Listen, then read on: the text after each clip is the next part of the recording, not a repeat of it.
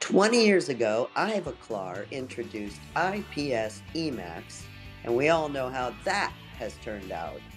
Hi, Voices of the Ventures, Barb Warner here, and I would like to personally invite you to Ivoclar's IPS Emax panel discussion, which is on Friday, February 22nd, starting at 3 o'clock at the LMT Lab Day in Chicago. I will be joined on stage with Jessica Burrell, Stephanie Goddard, Mike Roberts, Jed Archibald, and Dr. Ken Malamant as we dive into the world of Emax. After the panel discussion, Ivoclar will be hosting a happy hour to commemorate this 20-year milestone. So amazing.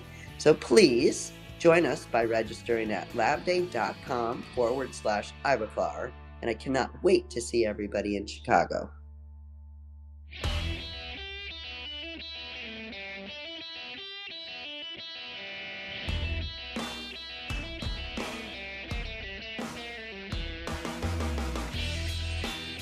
Welcome to Voices from the Bench, a dental laboratory podcast.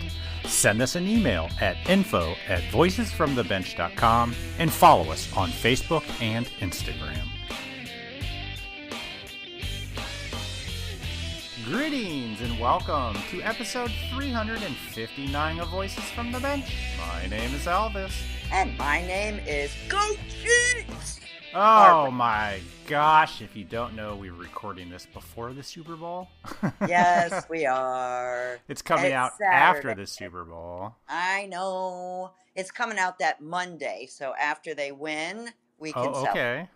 We'll celebrate that Monday. How did you become a Chiefs fan? Isn't that, Kansas City?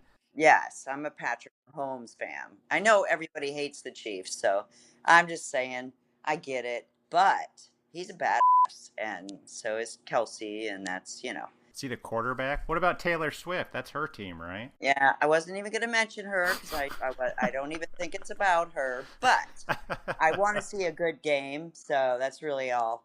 Either way, Kelsey and a Kelsey, his brother played for the Eagles, and so, yeah, I could go either way, but I'm for the Chiefs. So, there you go. I need to know about your toilet. So our usual recording time on a Saturday morning was disrupted because the Dahl household had a new toilet installed. I have to say, this is the first toilet I've ever purchased in my life. Literally? I don't know what age most people buy their first toilet, but I've gone 46 years without buying a toilet. That's pretty impressive. Yeah. But you didn't just buy a fucking toilet. You can bleep me out. You bought a what? A bougie toilet. A top of the line. Even the dogs liked that.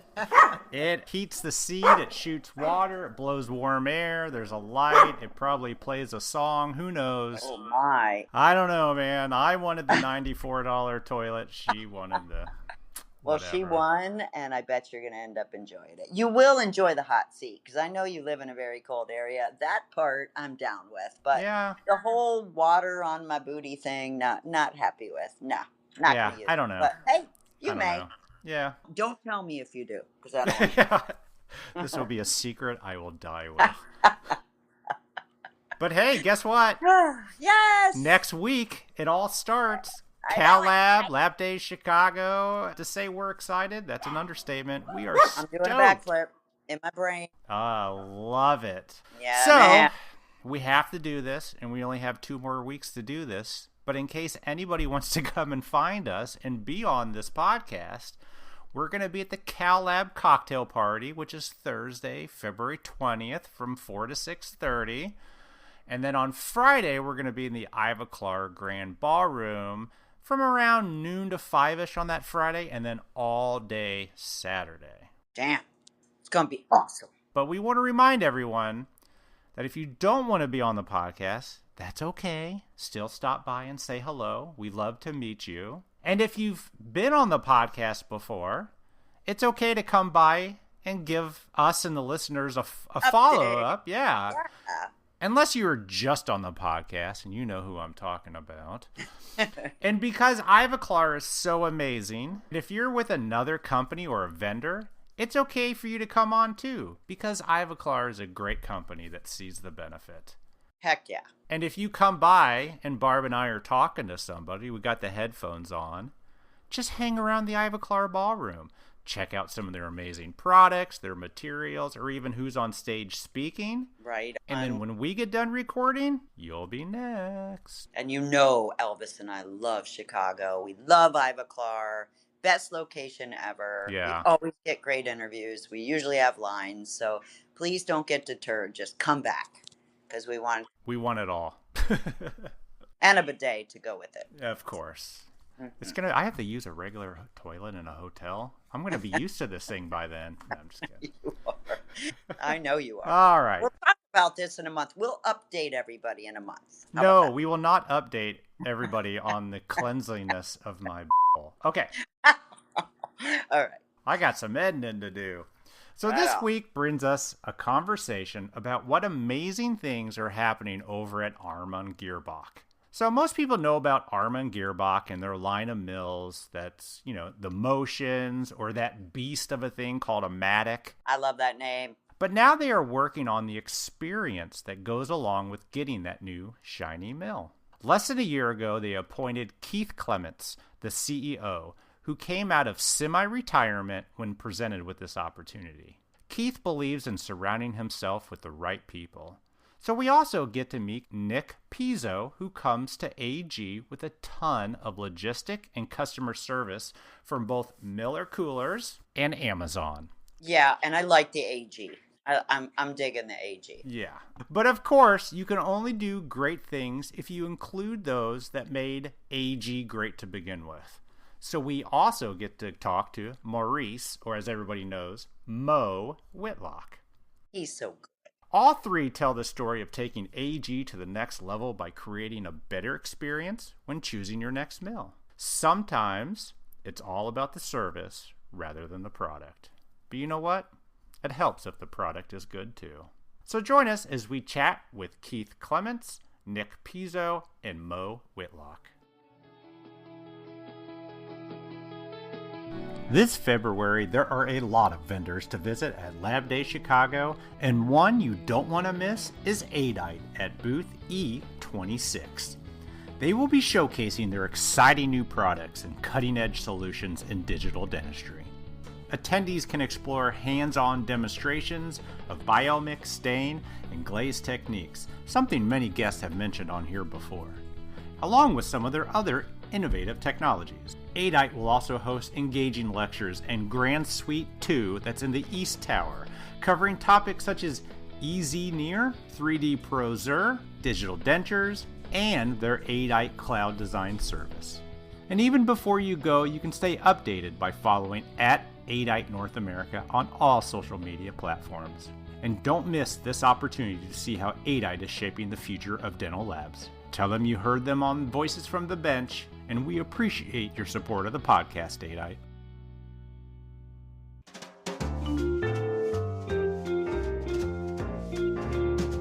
Voices from the Bench. The interview. We are super excited today to have a full crew from the Amann Girrbach company. We have with us, the CEO, Keith Clements. How are you, sir? Doing great, thank you. Good morning. Director of Operations, Nick Pizzo? That's correct. Hey, got it, Barb. You well done, Elvis. All right. Pizzo. I was going either way. And then the legend in our industry who pretty much, I think you're at every show I've ever been to. Maurice Whitlock. Mo, how are you, sir? I'm doing well this morning. How are you guys doing? Awesome. Doing fantastic. Now, Mo, I know we've met. You've actually been on the podcast. We were just talking about that. God, almost 5 years ago. I think it was 5 years. 5 years ago. Yeah. Yeah, 2020, January. That's crazy. And you're still with Amann Girrbach. I love the company. I love it. Love the company. Awesome. So I'm still here. Great. So let's kind of just go through everybody and kind of talk about how you ended up at Amann Girrbach. Let's start with the CEO, Keith. Give us the lowdown. Yes. Hey, good morning. It's good to be here. Yeah, it's been quite a journey. I started back in March of last year, and before that, I was 20 years in dental, long history and great career with companies like Dentsply, Sirona, and Young Innovations. And I was kind of like in semi-retirement, 5 grandkids, but just helping some startup companies and so forth. And then I got a call from AG out of Austria, Amann Girrbach, and I knew the lab business somewhat, but I did not, was never in the milling business. And all I knew was, wow, big, Austrian company, strong in Europe, lab based. And then I started learning more and more about it, talked to a lot of people that were in the space because I'd historically been a consumable guy. And everybody I'd call and ask, I'd say, tell me about AG. And they're like, amazing company, incredible product line. Like the Maserati of the mills, the Mercedes of the mills. I heard it all. And I'm thinking, wow. So I continued to look into it, continued to speak with the team at AG, and they're looking for, us to invest heavily in North America. And they know I'm a big distributor. I have a long history of dedication and commitment and loyalty to the distribution market.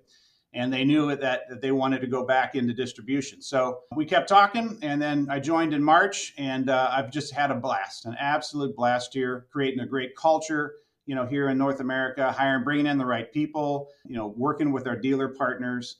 We have, tremendous value proposition we're offering to the marketplace today, and our dealers are leaning in heavy, and we're excited to partner with them. So we had a great 24, and we're going to have a bigger 25. So it's having a lot of fun, and I'm glad I took the job. So how do you go from being semi-retired to all-in CEO, like mentally? Well, first off, it's the shortest commute I've ever had. That's 20.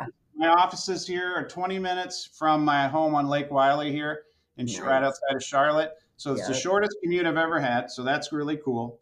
Secondly, to me, it took a lot to come out of semi-retirement, and it had to be for the right opportunity. And this is it. This is what's happening in the mill technology today, and what's happening, in the lab space as well as in the chairside clinical space, presents a huge opportunity for AG. I see that, and our dealers see it as well. So I'm having a lot of fun creating something special, and that's why I'm here. Well, you're bringing a lot of energy. I can feel it. Right on, Barb. That's the only way I roll. Same here. I hope I have that energy when I'm semi-retired. So you mentioned distribution. Does that mean you used to go through like vendors and now you're going direct? Oh, no. It's the opposite. So when I had original discussions, AG had a hybrid approach. They would go through distribution, and they also could go direct. I've always said, I said to the leadership when I was talking to them, I said, you can't have it both ways. You can't have one foot in, selling direct and one foot in selling through distributions. The dealers won't trust you. And then if that means you're going to have to, even though you're hybrid, you're really direct, because the dealers won't touch it, and because they don't trust you, because you can always go direct. So to me, I said, look, if you want me to do this, we're going back into 100% distribution. If you're going to stay direct, you need to invest millions in infrastructure, and they weren't ready to do that. So we're back to 100% distribution. And the dealers trust me. I have a long history of working with them, and they're leaning into us heavy. So they see the opportunity, and that's how we're going to win, with our dealer partners. Nice. Nick, what about you, sir? Give us the lowdown. Where to start? So I've been here for a little over 8 months with AG North America, and I've been in supply chain and logistics pretty much my entire career, which is about 35 years. Starting with the Air Force and global supply chain there, and then going through Middle Coors Brewing Company. The last 10 years was as a senior operations manager with Amazon. So several. So beer and Amazon, a little bit bigger scale than what our industry does. Huge scale. So, and to be honest, I'll get to it, with my discussion with Keith when I first met Keith. But so I mean, anybody who knows or anything about Amazon or read all the stories, Amazon's it's a beast to work for, both emotionally and physically, but also just career-wise. It's a lot of movement and a lot of expectations, which is, and you either love it or hate it. And I absolutely loved it. I thrived in that environment. But you get to a point where you're like, okay, this is a lot. I think I made my contributions to Amazon, and it came time to where, I really needed to start looking for that work-life balance. And really started looking, Keith and I connected, and I think sitting down and talking with Keith within like the first 30 minutes, we talked that work-life balance portion of it. And then he moved into describing his vision of what he wanted to do for AG North America. And, he had me. I was like, I'm in. It was a big move going from such a large corporation to a company the size of AG and on the scale. But, just the description of what Keith envisioned and what he wanted to do for North America, again, moving out of the hybrid model to go in distribution, I thought that was a perfect opportunity for me to bring what I understood and what I knew in the logistics world to help this company be successful, most of 2024 and to go into 2025. So, like I said, it was for me to move was the main focus was on the work-life balance coming from Amazon. Sure. But now, once I got in the door and working with the company, both locally and with our headquarters overseas, I'm really enjoying myself, working with great people like Mo out in the field. So yeah, great move for myself and my family. I love it. And what do you think That's of great. our little dental lab family now that you've witnessed us for a few months? 8 months in. Yep. We're great. I know. It's a big learning experience for me. Like, I don't come with any sort of dental background, so learning the dental industry as far as the supply chain is all new to me. But I love it. I think everybody. The funny thing is how it's such a small world. Like you said, everybody knows everybody. So I'm looking forward to getting out into shows like Chicago, telling the story of AG North America, and what we are bringing to the table now that we've made some changes in that service area. But like I said, I'm enjoying myself. So I got to ask, you guys keep saying AG. Normally I've only heard Amann Girrbach. Is that something that's new? I like it. Really, it's AG and A. We just call ourselves, just to distinguish ourselves as between us and headquarters overseas. So the Austrian group is AG and we are AG and A. So we call ourselves AGNA. It's just a short instead of going through the entire Amann Girrbach North America. I like it. It's cool. It's a mouthful for I'm going to sure. have to start using that now. I like it. Yeah, that's cool. One email address. So Nick, the question I know is on everybody's mind. Are you going to get to the point where I can get a mill by the end of the day like Amazon? Is that Oh my part of the God. plan? So, funny, my record with Amazon is from when someone made a purchase to when it was placed in their hand was less than 15 minutes. What? Did they live next to the hub? I was part of launching Prime Now, which is the 1-hour delivery service, and an order came Wow. through, and it was at a restaurant right down the road, and I was like, "Oh, I'm taking this." So Wow. I grabbed the order as soon as it came in. I performed the pick, and then I walked into that restaurant, found the couple that was having dinner, and I handed them the product, and I was like, "Here you go," and they were absolutely amazed because it was like right at the infancy of Prime Now's 1-hour delivery. They were there eating and they placed an order and you showed up at their table? Yeah, it was the gentleman's birthday, and That's his hilarious. wife and his wife's sister. The wife's sister didn't get him a present, so she said, "Oh, there's this new thing called Amazon Prime Now. You can get it within 1 hour." They didn't believe her, so the sister ordered a pair of drumsticks for the husband. Oh, And the bet was if we were able to get the delivery there, or if the delivery arrived before 1 hour, the sister would have to pay for dinner. So I walked in, handed it to the guy, told him happy birthday as the note stated, and they were just in disbelief. sweet. What I love is you can get drumsticks in an hour. Who needs drumsticks in an hour? But that's hilarious. But my goal is to, when we place the order, that we can, within a specific amount of time, be able to ship and deliver that order. No, if it's going to be same day or 3-day delivery. Sure. But my goal and my operational team's goal here is to make that where the turnaround time on an order is as soon as possible, as soon as we could possibly get it there, to have inventory in the right place at the right time, and make that happen. There's a lot to be said for that. Yeah. Because I remember my last lab, where I was more involved with operations, we would order a mill.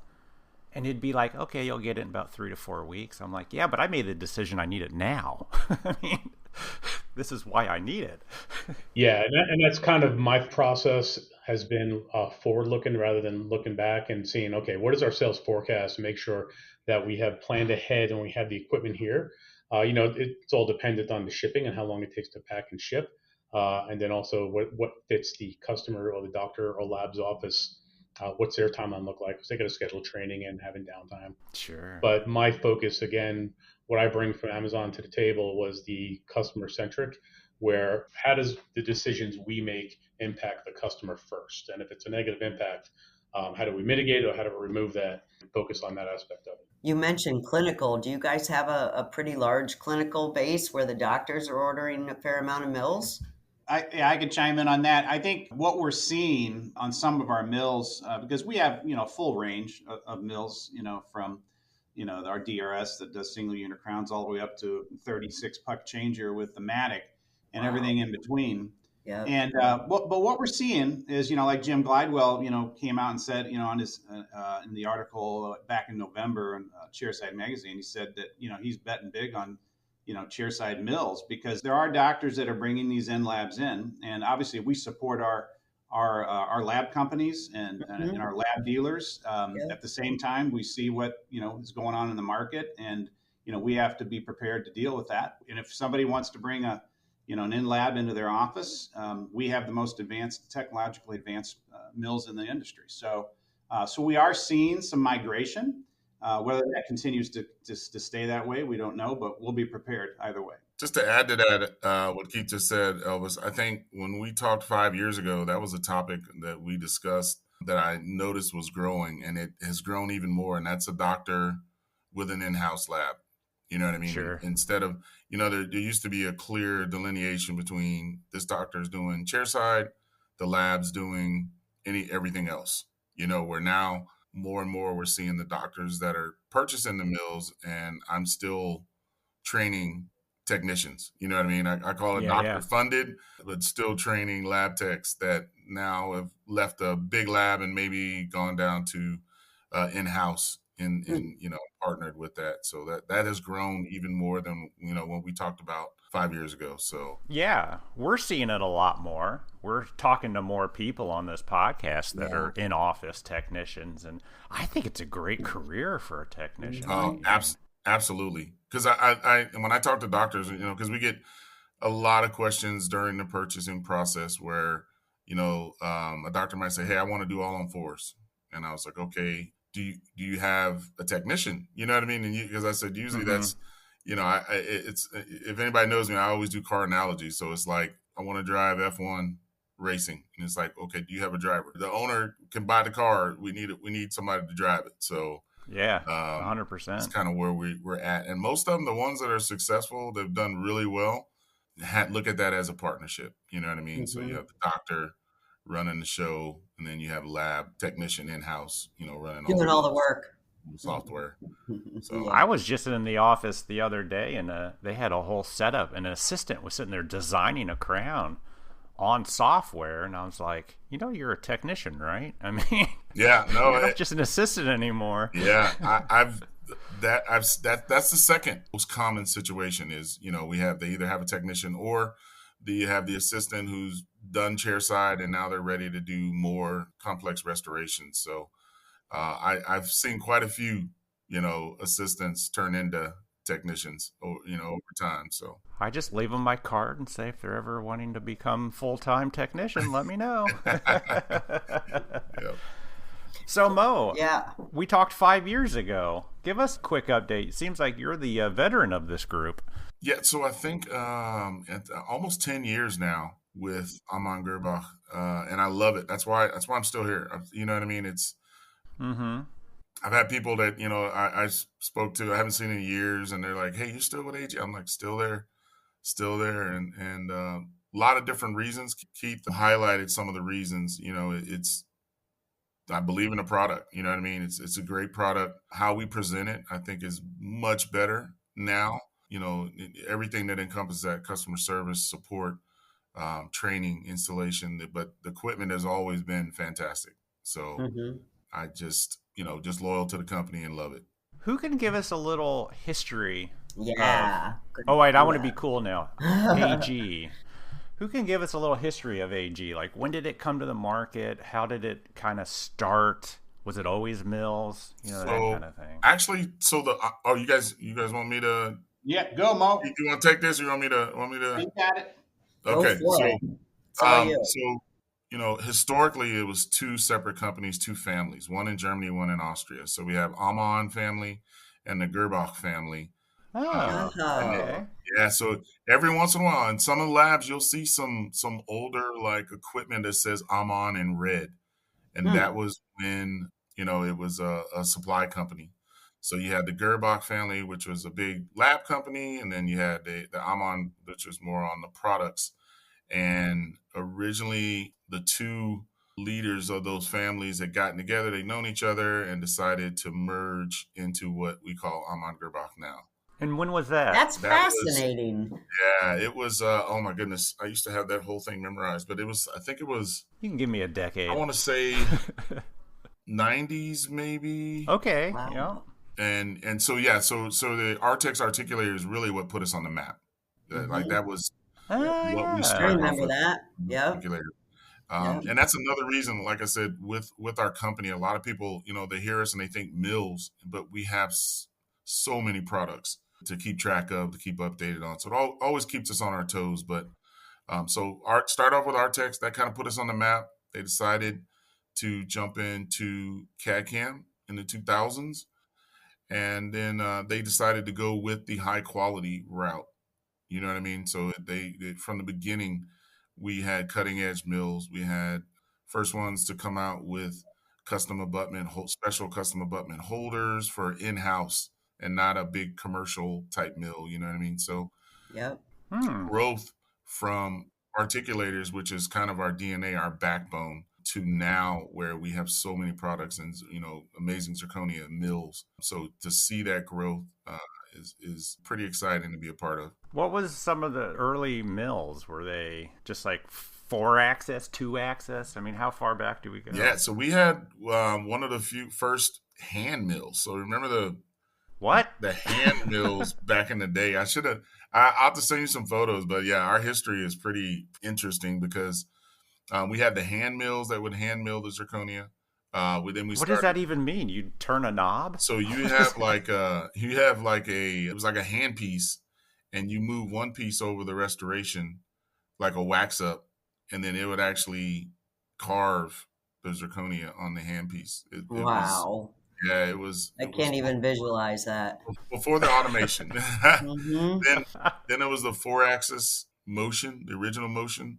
Mm-hmm. And then we grew to, 5-axis wet dry, multi-changers, C-clamps, all the things that are out now. It was exciting. Like, for example, when I first started, we had 2 holders, and now we have like 12 different holders. So in 10 years, that's a pretty rapid climb. Let's see. Puck, block, abutment. What else holder is there? Puck, block, abutment. We have denture. We have special holders for different partners that we've made. We've had holders that'll hold 12 blocks at a time, 9 blocks at a time, 3 blocks. Jeez. Titanium puck holders, chrome cobalt. I mean, you name it. We've got a holder. Because what we did is kind of, instead of making a fixture and trying to jam all these different materials into that one holder, which most of our competitors have, we have attachments. We have detachable holders that you just take out, put the other one in when you're doing a different indication. So you mentioned a lot of other products other than mills, because honestly, I really thought you were only mills. What else do you have? We have fabulous zirconia. So our zirconia, Bion, all the way to FX multilayer. So our catalog looks like a distributor catalog, when you look at all the things we do. So, and you're right. A lot of people, they see our mills. Our mills are impressive just walking by, but when you actually check out all the different things we sell to our customers, it's kind of unique because, we're a CAD/CAM company, we're an analog company, and it really allows us to go into any facility. I can go into any office and we can provide a solution for what they're looking for. So, Yeah, one of the few companies too that I've seen that's out there from A to Z. I mean, we have everything from consumables to the technology to equipment, software. I think it's safe to say, right, Mo, it's like we've got it from A to Z for absolutely milling. Absolutely. So that leads me to a question for you, Keith. When they're a CEO of a company such as AG, like, how do you create that vision? Do you have like a 2-year, 3-year, 5-year plan? And like, I know it's got to be time consuming, but what is that like to be able to create a vision of taking a company from here to there? Yeah, great question. And when I came here, the team knows I did a 60-day assessment of the business. So one of my things my dad taught me at a very young age, he said, son, don't have strong opinions on things you know little about. So I came I in, love that. did assessment, interviewed every employee in the company, to spend 30 minutes with them to find out what are we doing well, what do we need to stop doing, and what can we do, what we need to start doing, right? So Mm-hmm. so I took all that information down, came back to the organization, and I said, here are the things that you told me that we do good, we do bad, and here's some things we need to start doing. And people loved it, and that's always been my approach, is to say, this is what you're telling me. Now let's work together with a plan to really build this out. Yeah. So there was a culture piece. We had a good culture. There's some things we want to leave behind. So we kind of created a vision for a culture, because at the end of the day, you can have the best mousetrap in the world, best price, what have you, best technology. If your culture's, not good, you're going to rot from the inside out, and you'll never get the best out of your people, and you'll be minimal impact for your company. So Totally agree. Love that piece. I started with the culture piece. We put together what we called the Culture Club, and selected people, from all the various departments, and they kind of created the vision of the culture. And then it's my job to ensure that we bring that culture to life over the years ahead. So that was the first piece. Second piece, we assess the things that we have to do to really turn the business around and get it really moving here in North America. And I told the team, I said, we can do anything, but we can't do everything. All right. So let's just pick the one areas that we're gonna have the biggest impact. And I would say the biggest impact that we were capable of making, that where I saw an opportunity in the market, was the customer experience.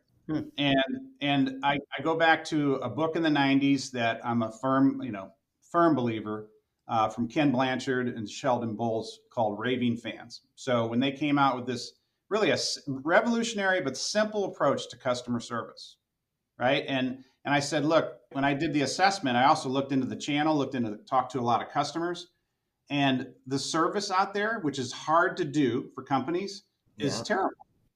People are like not happy with the service and support they're getting from across multiple businesses and multiple different types of segments within the dental industry. So every company's struggling with it, right? So I said, look, that is a huge gap and a huge opportunity for us. And it really just distills down to this. Number one, and from the basic, just to get a ticket to the game, you got to basically meet their basic needs. And that is, when I order something from you, I want it on time, in full, every time. Yep. Every time, right? It sounds simple, very hard to do, right? Mm-hmm. But if you can do that, right, and you can nail it, what do? You get the end result from the customer is, I can trust this brand. I can trust this company. That's the basic. Then after you do that and do it very well, and they can count on you, then the second thing you have to do is make it easy. So it's like, I love this company can deliver on time, in full, every time. And you know what? They're easy to do business with too. Don't be complicated. Don't be complicated. And then lastly is, you do that over and over again, easy to do business.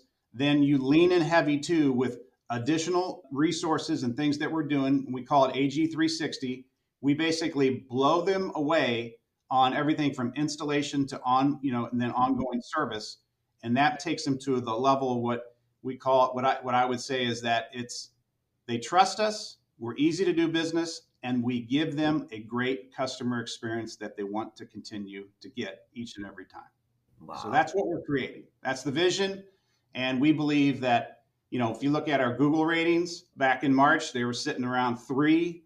Today, we're at 4.9 on our Google ratings. Our customers are telling us and basically telling us how we're doing and how we're changing the game. So that's excellent. How'd you do it? I mean, it's one thing to say, this is what we're going to do. It's another thing to do it. I mean, you just said mow everywhere? Yeah, really, yeah, true. Brought Nick in. Yeah, we do that a lot too. He knows it. But the first thing we did was we had, like, I'm a commercial guy, so I don't know logistics, don't know, on the financial business as well. So I got to surround yourself with people that have strengths that you don't have. So bringing in 100%. Nick and basically somebody that's working for, by far, probably the greatest logistics company in the world with Amazon. He brought all that knowledge into this business, our little business, and he's transformed it. So he understands like what customer service. He used to tell me the story. He says, when we have our board meetings, our staff meetings, our senior management meetings, we're talking about decisions and things we're going to do. He always said, he goes, we had in the room. He goes, every time we had an empty seat in the room, and anytime we would make a decision, we would say and the seat represented the customer. And he goes, you know what? We're going to make a decision. How is this going to impact our customer? And I said, I knew when he told me that story, I said, I knew I had the right guy. I knew. I had, wow, right? That's cool. Yeah. So he's come in and transformed it. Got Matt Harris, who coming over from Caterpillar as my controller. So he's helping us be more profitable. And then you just have to build the infrastructure. So you got to bring in additional technicians that probably aren't as good as Mo, but they're close, right? You surround with Mo with additional product specialists that that want to aspire to be as great as Mo, right? And he can train and develop them. And then you hire help desk. Like one of the biggest pain points with labs as well as chairside is when a mill goes down, that means your mill goes down, production goes down. It's you're bleeding money, right? So now you got to, hopefully, how do you get it fixed? Well, you got to schedule a technician to come out, and you got to, that's going to be a week, might be 2 weeks. Then they get out there, they assess it, and there's, they don't have the parts. Now you just continue to hemorrhage, right? Yep. And so that's a bad customer experience. So one of the things that we do here, and what Nick has really, I think, mastered, and that is our remote repair. So one of the cool things about dealing with AG mills is that most of our mills have these high resolution cameras inside them. So we can, so if that mill goes down, they call us, we remote in to that mill, remote in, we'll play back exactly what happened. We can look at it both from a computer perspective to see where that problem came from, and then we can visually see it by playing back that camera. Right now, it's constantly recording? Yes, cool. The camera's recording all the time. When it's milling, it's recording. Most mills don't have a camera. But what this means at the end of the day, that sounds cool, but what does it mean to the customer? What that means is that 7 out of 10 calls that we got basically coming in now, we're fixing them on the spot, remote repair. And nobody can say that, right? So that way we're doing it on the spot. We are avoiding having to spend, another week or two to get a technician out there. And sometimes we have to do that. We understand. But now we're seeing the majority of the time, we can get them up and running same day. And that's kind of the technology and some of the infrastructure. But you have to have really, really good remote help desk people to do that. And that's what Nick has done, since he's been here. So you're talking to somebody at the lab to walk them through fixing it? Yeah. Absolutely. Yeah. Yep. How does that work with someone like me that strips every screw and can't put in a nail straight? So that actually, Keith made a good point. The camera has helped so much. For example, last week where I was a pretty big facility, and they had nested. I'd shown nesting, did all the steps. And then, of course, after training, I let them do it.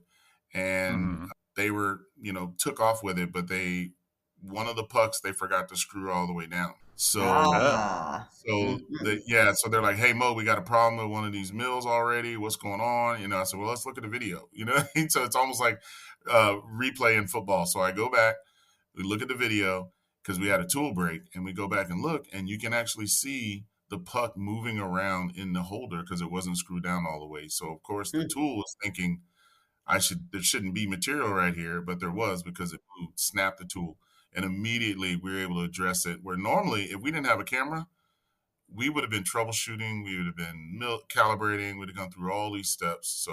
So the technology combined with Nick and his team, from, I don't want to sound like the old guy, but as long as I've been here, this is the difference. Mm-hmm. We've added, Keith has added some amazing people to our team. So I'm excited because, the structure we have moving forward. So Nick, take me through your vision. It sounds like you're kind of all of the experience that you had with Amazon and fulfilling orders and doing all of that.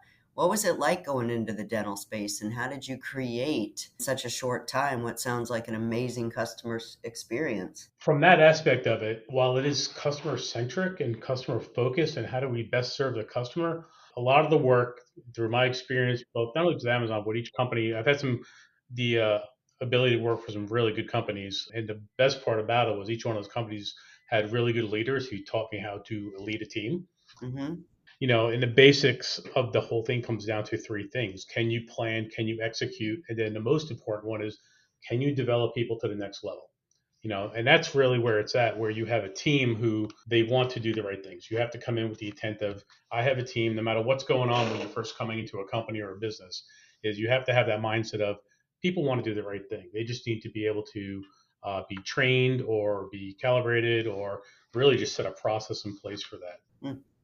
So for me, it was, how do I develop this team to be able to execute really what Keith's vision is, which then trickles down to what my vision is how do we best serve the customer? That's where the vision starts. Yeah. And then you work your way backwards and you start building processes around to support that. I always tell the story when we have people come visit about, I think it was my first day here, where I walked in and I was walking past our help desk who were, pretty active on the phones. And I heard one of our technicians tell a customer, hey, you have to call your distributor first or your level 1 technician service. Let me give you the number. And then they hung up the phone. And, so I sat back and I went over to that person. I was like, why did you do that? Like, what do you mean? I was like, why did you hand them off to the distributor technician team? I go, Yeah. we're not able to fix that right here, right now. And they're like, and they were like, no, we could do it, but we're not the level 1 support. So right there, I gathered the team together and I said, we will never, ever, ever. It's like if they call us and we pick up the phone, we're going to solve the problem, and then we'll go back to the distributor or whoever their technician staffing is, create that case, and then follow through with them to make sure they understand what we worked on. But if someone's calling and asking for help, we're going to help them there and then. That was where it all started. Yeah. Then backing off into, where was our capacity and what was our capability within that capacity. So one thing I noticed was a lot of the concerns we were hearing or I was hearing from customers came from mostly on the West Coast. And I was like, well, what's going on the West Coast that's not working very well? So rather than going through and trying to look up all the old data and all that, I just called some doctors up and some labs up. I said, hey, what's going on? I'm new to the company. Here's what I'm doing. Here's what I'm trying to do. What are some of the things that are not working well for you and how we're serving you? And it was, well, first and foremost, nobody's there to pick up the phone. Yeah. So, Yeah. so what does it mean? Well, we're on the East Coast. They're on the West Coast. If we shut down at 5 o'clock because it's the end of the workday, that's halfway through the West Coast working day. They're still up and running. So first thing I did is I went and hired a couple of remote technicians, one in Chicago and one in Houston. And I was like, hey, you guys you're going to start late. You're going to work. Your shift's going to work through to cover the West Coast. Well, I'm working right now to hire one more person specifically for the West Coast. Wow. The other barrier was, there were some language challenges for the West Coast. So I made sure that when we do hire people, they speak Spanish. So they can help the technicians in the lab. Just again, those things like, what is the barrier for that customer? Not necessarily a barrier for us, but what's the barrier for the customer? And then work your way backward. And then the rest of it for me, for vision, I break everything down to a mathematical problem. What is the task? How long should that task take? And then how many times does that occur? And then this how many man hours I need. And then you hire to that man hour staffing and you manage it and you measure it and make sure that we're working towards that. So that gave me the confidence that we had the right staffing to be able to support our customers so that when they do call, someone generally picks up the phone. And if not, we call back within an hour. Yeah. Then we created a concierge position. So we have one of our technicians here, we made into a concierge. So they are like a triage. So they're going to call into that number. They're going to pick it up. And they're going to find out what is that issue there. If it's something that's readily solvable, that person can solve that right there and then. If not, they will go through and they will put them through to the technician in their region or their area to make sure that they can service them. Then we looked at the technology. So not only do we utilize the high definition camera that's in the machine, we've also had because not everything happens in the machine in the chamber. So we've had FaceTime where we've had our technicians FaceTime in with a technician to do walkarounds and to look at things that are on a server or looking at the dongle or any of the software issues. So that helped out a lot. And then our field service technician team, who are the ones, if there has to be on-site repair, who go out and do the repairs. They were at the time, they were specific to a type of machine they could repair. Right. So Peter, who's also pretty well known in the industry, Albertus, I tasked him with his team to do cross training and to expand the capacity and the training of our team so that every technician can work on every machine at any time. Wow. So all those things, what they do is they nip away at the amount of time it takes to get a machine back up and running. Mm-hmm. But when I first came on board, we have what's called an MTTR score, which is mean time to repair, which is measured in days. And we had a greater than 8-day repair timeline. I think it stopped measuring at 8 days, so they could have been 8 to 15 to whatever. Oh, jeez. Wow. But just looking at the caseload and the open cases that we had, it was huge, and wasn't answering the questions I had of being able to measure what are we seeing issues with, how can we make it a preventable. Get back with headquarters if there's like something that's a defect, and have them address it at that time. But anyway, by the cross training of the technicians, by the help desk, and doing a weekly review of open cases, reaching out and talking directly to customers, we dropped our MTTR score from greater than 8 days down to less than 3 days Wow. by the year. So that is all. Again, you start at the customer, work your way backwards. Like he said with the raving fans, what do I need? I need a team that has to have a capacity and the capability to service our customers. And then you transfer it to the customer. What does the customer need? Well, the customer needs their machine. They need their stuff on time, but Yep. they also need their machine up and running as soon as possible when it does go down. So that was my vision, was how do we best serve the customer and what are their needs, and then make a plan and work our way backwards to putting processes in place to be able to support that vision. Great answer. Thank you. Yeah, where do you find your team? I mean, you keep saying technician. In my mind, dental technician. Are you hiring dental technicians? So we look for, I think the people that we had, the last couple that we hired, we made sure that one, they had the experience, either came out of the lab space, had CAD CAM experience, so that, when they jump in, they could jump in both feet and just get up and running. Then we bring them here and we put them through like a 2-week training with Peter on machine repair. So we've got real lucky. There was the people who were already working here knew of people in the industry who were working in labs who were looking for other opportunities. Sure. So we reached out to them, found what the capabilities are, and where we maybe had to do a little bit of training, and we brought them on board. Because it's a whole new world once you take that cover off, man. It is. Yes, it is. I've seen the inside of some of those things, and it's Great. daunting. The remote repair, being able to do that with on your cell phone, you could just do a FaceTime and walk them through the repair that way. I mean, a lot of repairs where it would have taken a couple of days to get somebody out there on site to go in and plug an Ethernet wire back in that came loose, where on the phone you can say, oh, wiggle that wire. Yeah. Green would flicker. Hey, push that in, lock in, boom, you're up and running again. Stuff that simple. And that's really sweet when you're running a lab and you're producing product and it's easily repaired. I mean, you just freaking created a miracle, especially if it's 2-3 days that you're down. I mean, that could kill some labs, honestly. Yeah, the other side of that is when we do have to go out and do a repair, do we have the parts available for that repair? So I went through with our team in headquarters and we did an evaluation of our entire spare parts list.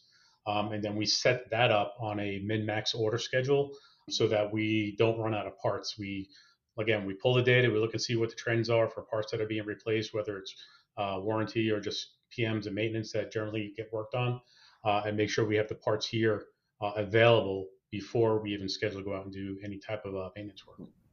Good call. And Mo, what do you do? Do you mostly train on new systems, or do you spend a lot of time maintenance and repairing? When I started, we didn't have this, structure and, people, basically. We were a lot smaller. Yeah. So I was trained, I was a trainer, CDT trainer, installer, but also I learned repair because we just did not have the people, right? So, which actually helped me learning the repair and learning the mills inside out. It helped in troubleshooting. It helped in training. You know what I mean? Because I knew if they did something wrong, what the result would be. And I was able to explain that in the training.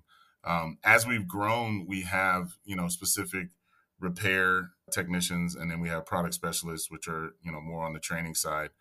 But we do cross train, like Nick said earlier, and it just makes it more available. So if I'm doing an install and I'm in Miami and we have an issue with another customer in Miami, I can go over there and do the repair and not have to have that customer down. Like Barb said, if you're down, you are down as a lab. Yeah. And I mean, that's money. Every second is money.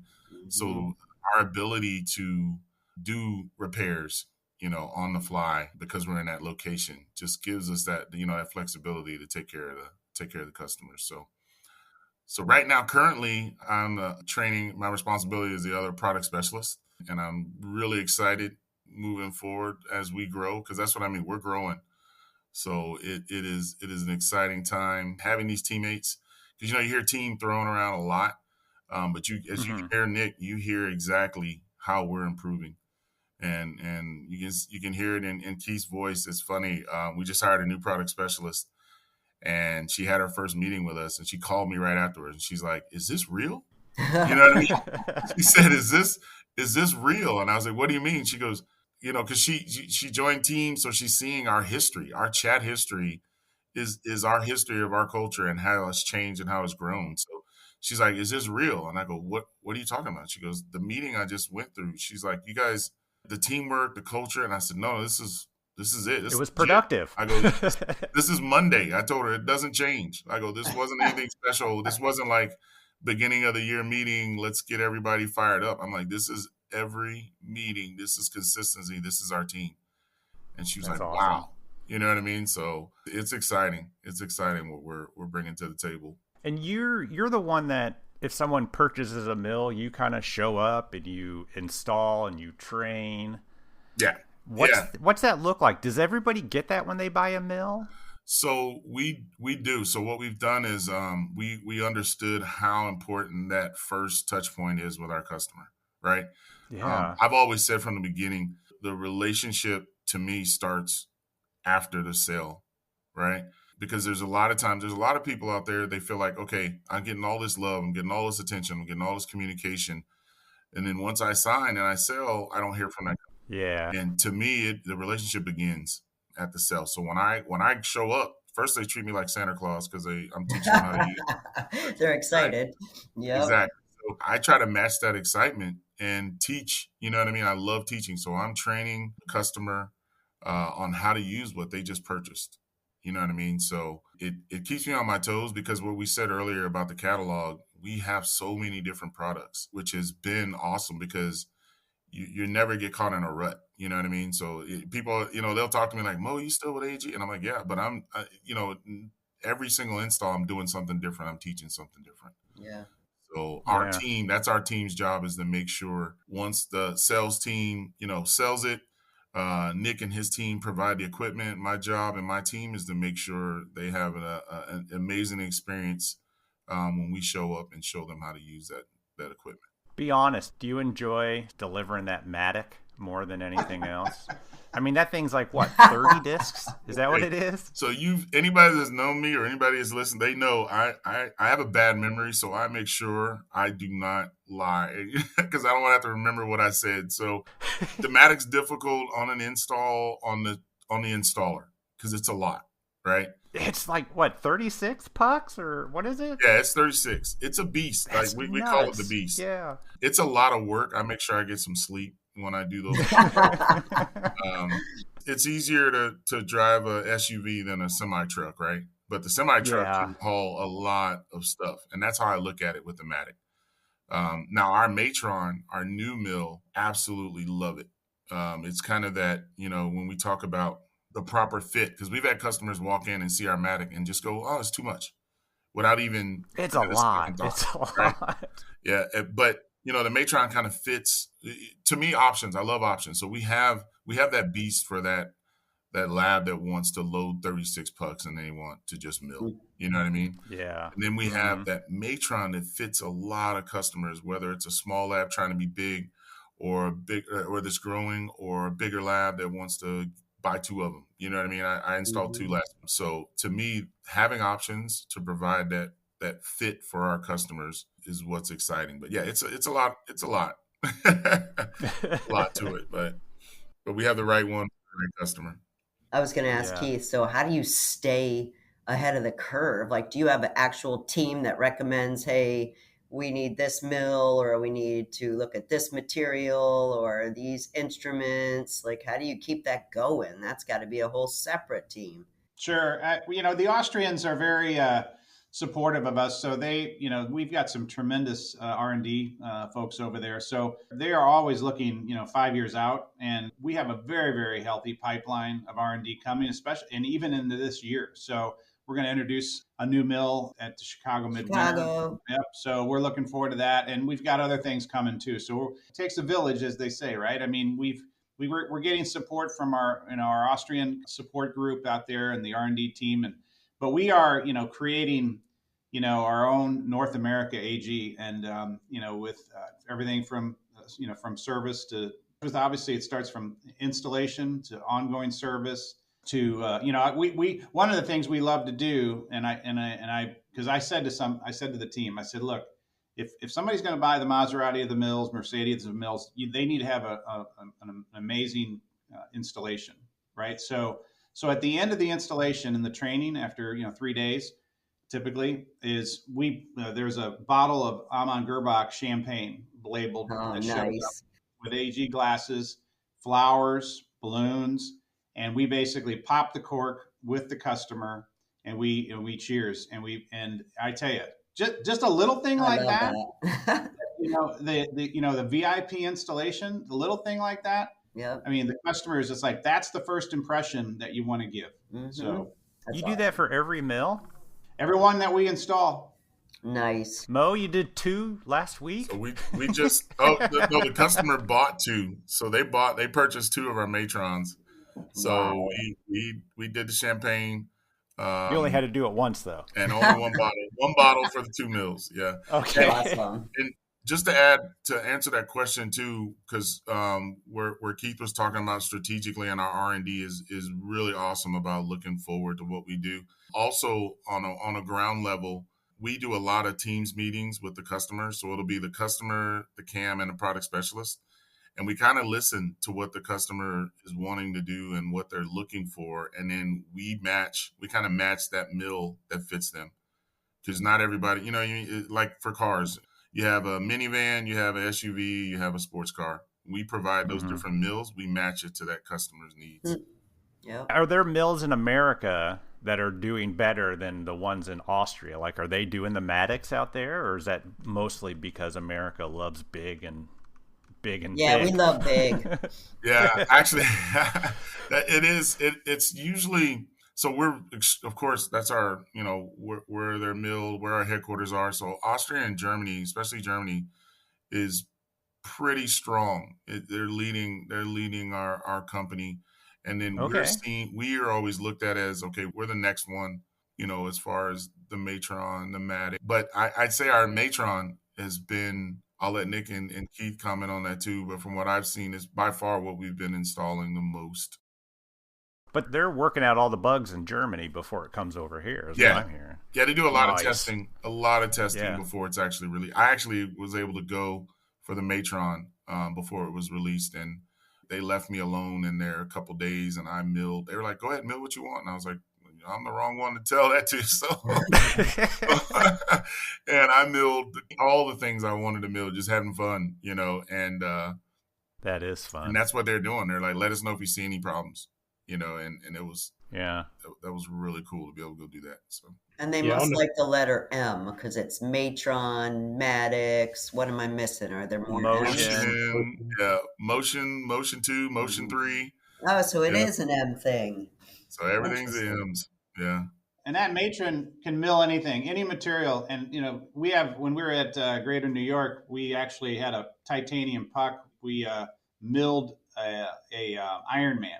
From the movie The Iron Man. Oh, great. And the detail of it is unbelievable. It's out on LinkedIn, a number of different social websites. But we also did a Statue of Liberty. I mean, that's the capability. So our whole point is, look at the detail on this. Just imagine what your restoration is going to look like, right? That's funny because most people are printing things to get the detail, but you're milling it and get that detail. That's awesome. It is. It's amazing what these machines can do.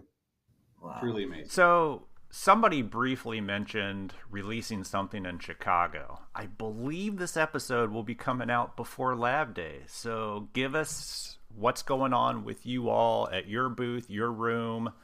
You got some speakers. What's going on in Chicago? Yeah, I can start. Mo, you can fill in too. But we're excited to release our new version of Motion 3, which really from a product portfolio perspective this is really fits really well with what we want to offer the marketplace, and that is, you have a built-in compressor with this Motion 3. Obviously it'll do blocks and zirconia, single puck. But to me, it's like, we'll be in our dealer booths, milling there at the show, and basically, if you are ready to do something more than single unit crown, this is the natural step up, right? So this can basically do, crowns, but it can do a lot more too. And you can do zirconia as well. So this would be the next step up. And then with that, if somebody wants to do more advanced work, metal and so forth, then they can move to the matron. So now we've got your next step up to do more than single unit crown. And if you want to do everything, the matron is there too. And, so I think it's an exciting addition to the line that we're going to introduce in Chicago. So Mo, feel free to jump in too. Yeah, in the ballroom, we'll have some amazing speakers with different topics. We'll have the list coming out, but we have great speakers. I'm really excited about the crew we have coming this year. Because we talk about it. I love my company. I do lectures. I get excited when our customers are talking about our product. You know what I mean? So we have that. We're going to have all our mills showing. We'll have some really cool stuff milled out so you can see what we're talking about. Because, as a lab tech, I'm a CAD CAM nerd and a long time lab tech. Touch it. We mill traditional dental stuff, and then we want to see what kind of cool stuff we can mill, Oh yeah. out of that. So we'll have some of that. And we'll have zebras too, Mo, right? Yes, we'll have the zebras there. I don't travel without that. So we'll have plenty. The what? It's our digital Facebook and jaw movement tracking. Oh, we talked about that 5 years ago. I still carry that around. So we'll have that ready to go for the team. So lots of things in that ballroom. A lot of fun. A lot of hard work, but we'll have stuff for our customers. Yeah, I think your ballroom is right across the hall from registration, right? Oh yeah. We're right in between.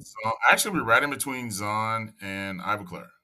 Sweet. Yeah, we'll be right next door. Right, so you can sneak over. We'll show you all the goodies. We'll show you all the cool stuff. So awesome. Yeah, I kind of want to check out that Matron. That sounds pretty interesting. Definitely. And we'll have the champagne for you too. Uh-oh. That's for me. Barb, no, Barb, no. So fantastic. Go ahead, Mo. Oh no, I was just I couldn't remember which night was our cocktail party. I think it was Friday. I can't remember. Oh, you guys are doing a party on Friday? Right in the ballroom. I can't remember if it's Thursday or Friday, but it's right there in the ballroom. Let's just make it both nights, shall we? That sounds like, hey, man. Sounds good to me. Well, excellent, everybody. Thank you so much. You. It sounds like you're really kicking ass. I've always said this on the podcast, and half of the stuff in our industry, it's not about the product, it's not about the equipment, but it's about the experience and the customer service behind it. And it sounds like you're killing it. Congratulations. Yeah. I totally agree. What you just said is everything, because why do people continue to buy from companies, their favorite companies? It's because of the experience, right? Whether you're a consumer, retail, whatever. You don't really care what it costs. You want the experience. So that's what we're striving to do each and every day here at AG North America. So, and we've made a lot of headway. We're on the journey. Still a lot more to do, and we want to continue to provide, an amazing experience for our customers, because when we know we'll continue to have them for a lifetime. So true. Yep. We're excited to see what comes next. Yeah. Good luck, you guys. Awesome. Thank you. Thank you. Hey. Keith, Nick, Mo, thank you so much, and we'll see you in Chicago. Yes, right. we will. Thank you. Thank you. All right. Have a good one. You too. Bye-bye. Bye-bye. A huge thanks to Keith, Nick, and Mo for coming on our podcast and talking about the important part of running a business, and that's the customer. And that is just so important nowadays. Or, in this case, the lab and the technician. There are a lot of options, everybody, in our industry, and many different mills to get. But maybe AG is the one to check out. I mean, who wouldn't want to toast champagne when you get the next mill install? honestly, Elvis, you know I'm that girl. I would like to toast champagne. So, I think we should start doing champagne for every unit we put out of the lab. Really good How's idea. that? We'd all be alcoholics. So everybody, head over to AmannGirrbach.com to see all the mills and all of the other stuff they have for your lab. It's not just mills, it's everything. It's a lot. And of course, if you want to see them in person, you've got a week or so, head to their ballroom during Lab Day Chicago. They're right next door to us and Ivoclar. So thanks again, you guys. Great interview. All right, everybody. Next week, we're all packing and we're heading out to Chicago, so we'll hopefully see you there. But until then, we'll talk to you next week. Enjoy your toilet, Elvis. Flush. Bye. Doesn't a bidet clean your booty? Yeah, like shoots water, and then this thing actually blows hot air. The views and opinions expressed on the Voices from the Bench podcast are those of the guest and do not necessarily reflect the official policy or position of the host or Voices from the Bench, LLC.